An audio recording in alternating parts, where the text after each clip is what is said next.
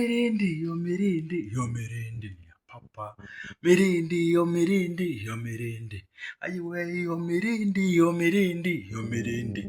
Ayiwe, yo mirindi, yo mirindi, yo mirindi ni ya papa. Yiwe mana we, yo mirindi ni ya papa. Yo mirindi yo gutabarwa. Lewile poli yafo. Mirindi y'inkuru nziza, yo mirindi ni ya papa.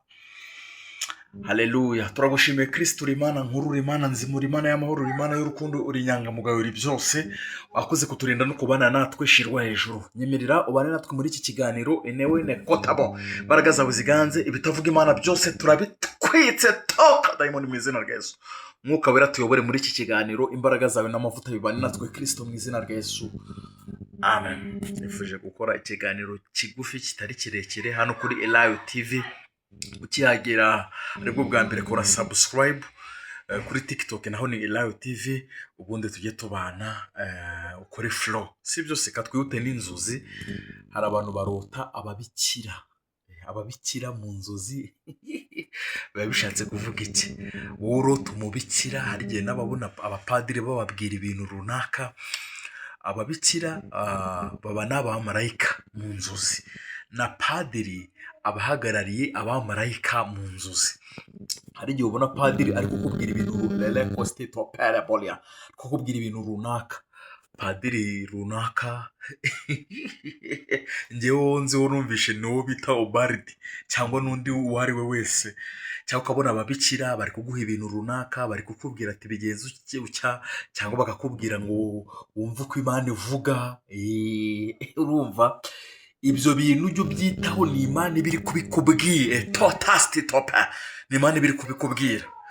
Abapadiri bari kuguha ibintu, hari yakubwira ati ngwino usinye kontara, ngwino tuguha akazi, ngwino iki, mu nzozi.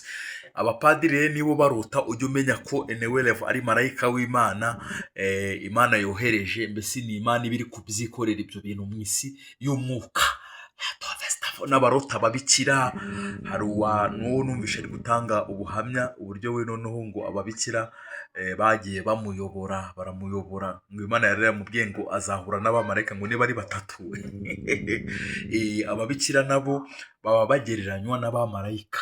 Mbese ni abamarayika b'Imana. Iyo ubonye mu nzozi hari ibyo bari kukubwira ngo ubu ni ubuhanuzi, bari kukubwira ibintu bitandukanye, ni abamarayika Imana ibigutumyeho. Icyo kintu bagutumyeho ujye ukizirikana.